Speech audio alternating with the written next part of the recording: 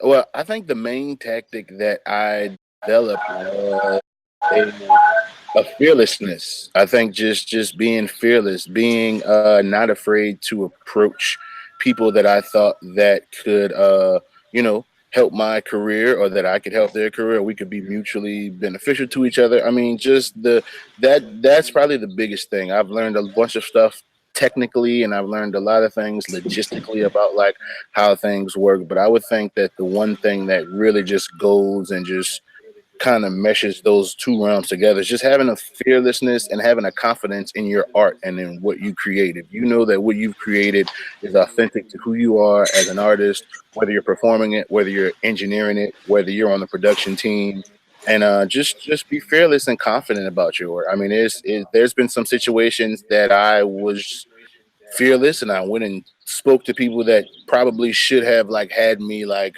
scared at the time because of who they were and the status of the music industry, and some of that stuff has worked out for me. So I would think that that's the biggest thing that I would say is just have confidence. I think confidence comes first because you have to be confident in your work and your art.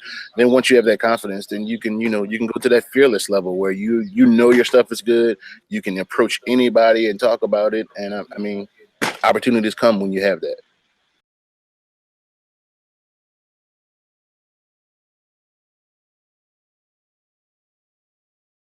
I think one of the ways that we've been able to maintain, especially dealing with a band of seven people, and not just like a solo artist, one of the ways that we've been able to maintain is to and I think it was Kai or David or maybe both that even spoke on it, but maintaining just different revenue streams within music, whether that be, like you said, streaming, whether it be doing workshops for classes. I mean, when we would tour before, in the earlier days, we were funding our own tours. We would, as being educators, some of us being educators like myself, we would, find schools in the area that we would get paid to do workshops.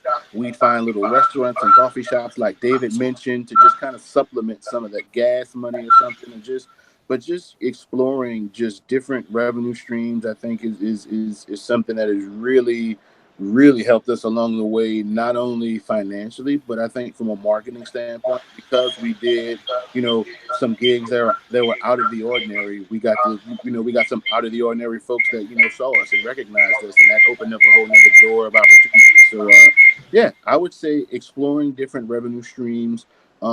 It's 2018. You can't just make a song, sit on your butt, sell records, and get rich anymore. It doesn't work like that. You got to tour, you got to sell merch, you have to do other things. And so I would just say, just equip yourself. And we also stay up on music business a lot. We make it a point to subscribe to Billboard and other just underground kind of music industry talks, and just keeping ourselves abreast of what's going on in the underground scene as well as like just the major scene.